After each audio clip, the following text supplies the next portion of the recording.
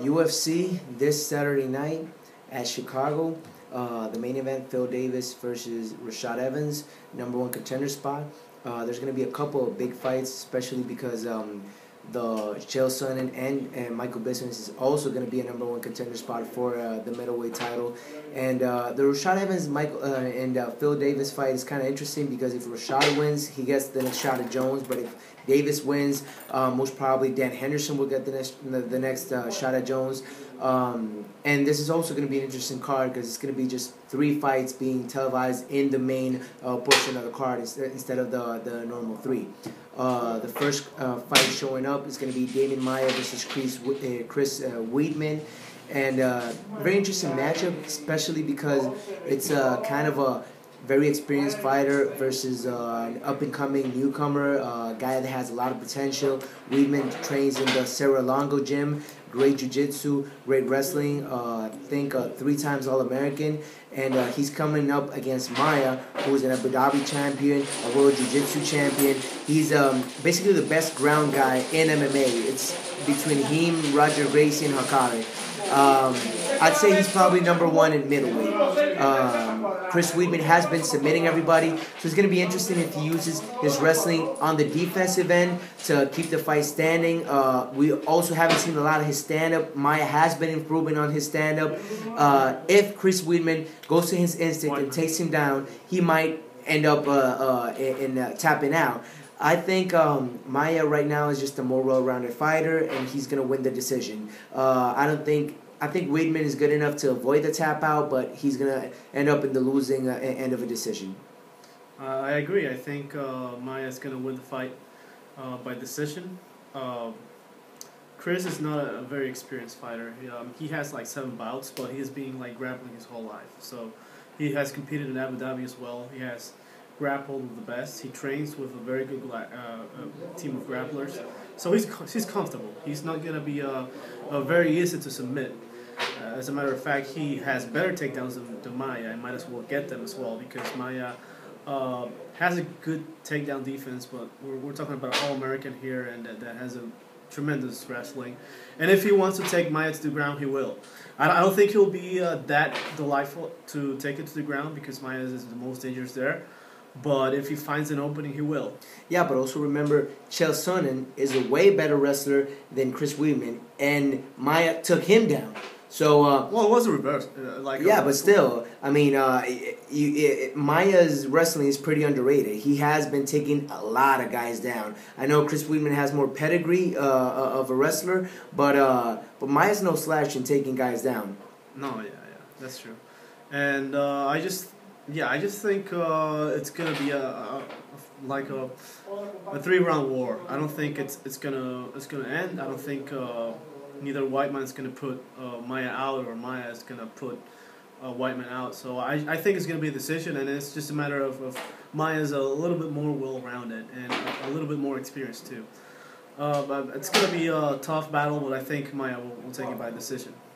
Next fight coming up, we have Michael Bisping versus Chael Sonnen. In this fight, we have the traditional wrestler versus striker.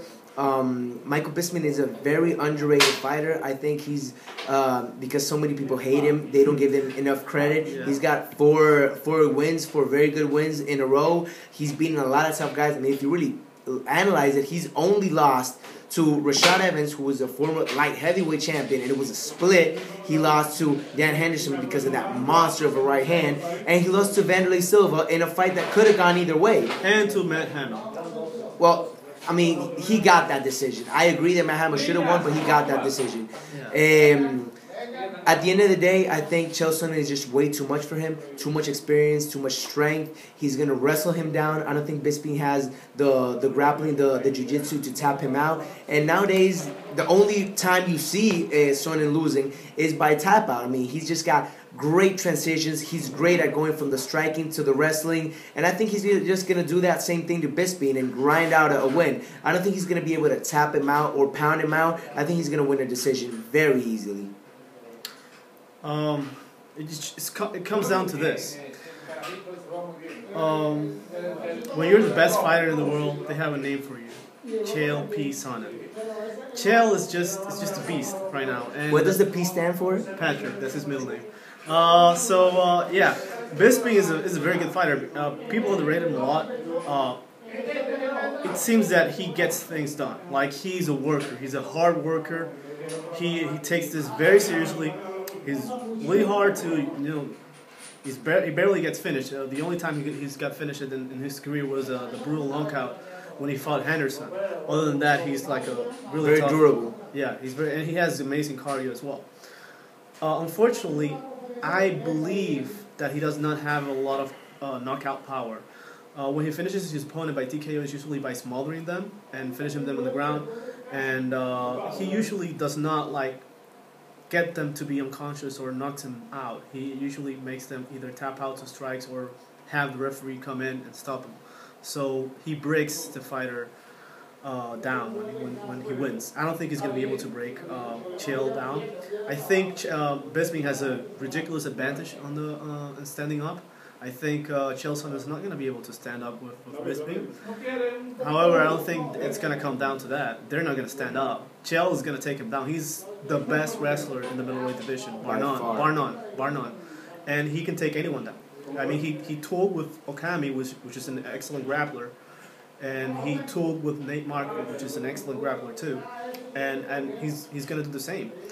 It all comes down to how prepared is Michael Bisping for the takedowns and how well is he going to do off his back. I don't think he has the decent jiu-jitsu, but I don't think he's good enough. The bad matchups for Chael are Demi Maia, Polaris, guys with extremely good BJJ backgrounds. Those are the bad matchups for Chael Sonnen, or strikers that have excellent jiu-jitsu. And Bisping is a striker but doesn't have excellent jiu-jitsu like guys like Polaris, Maia, and other guys in the middle division. So this matchup is fairly a good matchup for Chael Sonnen. And I'm absolutely more thrilled about this matchup than the one with Mark Munoz. So I still think he's going to win by decision. I don't think he's going to be able to finish Michael Bisping, although it may be possible that he ground and pounds him. If it was a 5-round war, I might probably say that Chael will get the job done, but it's a 3-round, and I don't think he's going to be able to pull it off. But he's going to win a decision. So Chael ends up still being the undefeated middleweight champion. He showed up at the press conference with the belt. He has the belt now, so... So the main event on the event will be Phil Davis versus Rashad Evans. That's again kind of like a Chris Weidman, David Maia type situation where a very still up and coming, very raw type fighter is fighting a very experienced fighter. I mean, Rashad Evans has been champ. He's very well rounded. He's just good in so many areas. He's been tested. He's fought the best guys. And Phil Davis, I mean, he struggled with Lil Nog. I mean, Lil Nog is very good, but Lil Nog is still not on that top echelon line of like heavyweights. So I think he's gonna have his hands full with Rashad, but he also is in a point in his career where the lines of improvement between fight to fight can improve drastically, so he still can impress you. I mean, from Rashad, you're still going to basically get the same thing we always see. But with Phil, like, we might be surprised, and maybe he hasn't fought in like a year. Maybe he has improved way more than anybody expects in that time. That is possible. He's still very new. Point. But I still think at the end of the day, Phil Davis has better wrestling, but he lacks in the other areas. I mean, he does have better jiu-jitsu as well, but I don't see him tapping out Rashad. I see Rashad's wrestling being so good that it basically cancels Phil Davis's wrestling out. If Davis does get him down, he's just going to pop right back up. And in the striking, there's just too much of a gap. There's too much of a difference. I see Rashad sticking to him, maybe stopping him second, third round, but if not, I'll go the sure way and say Rashad wins the decision.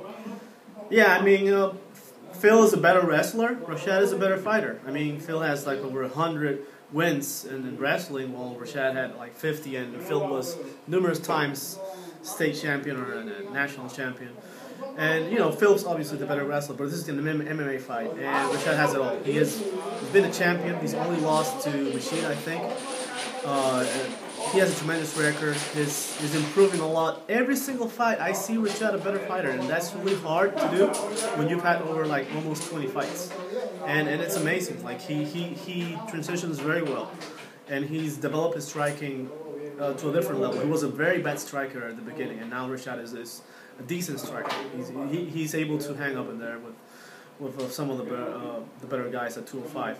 So yeah, I think at the end of I think Rashad is gonna be able to pull it off. These are the heavier guys. I think they punch harder.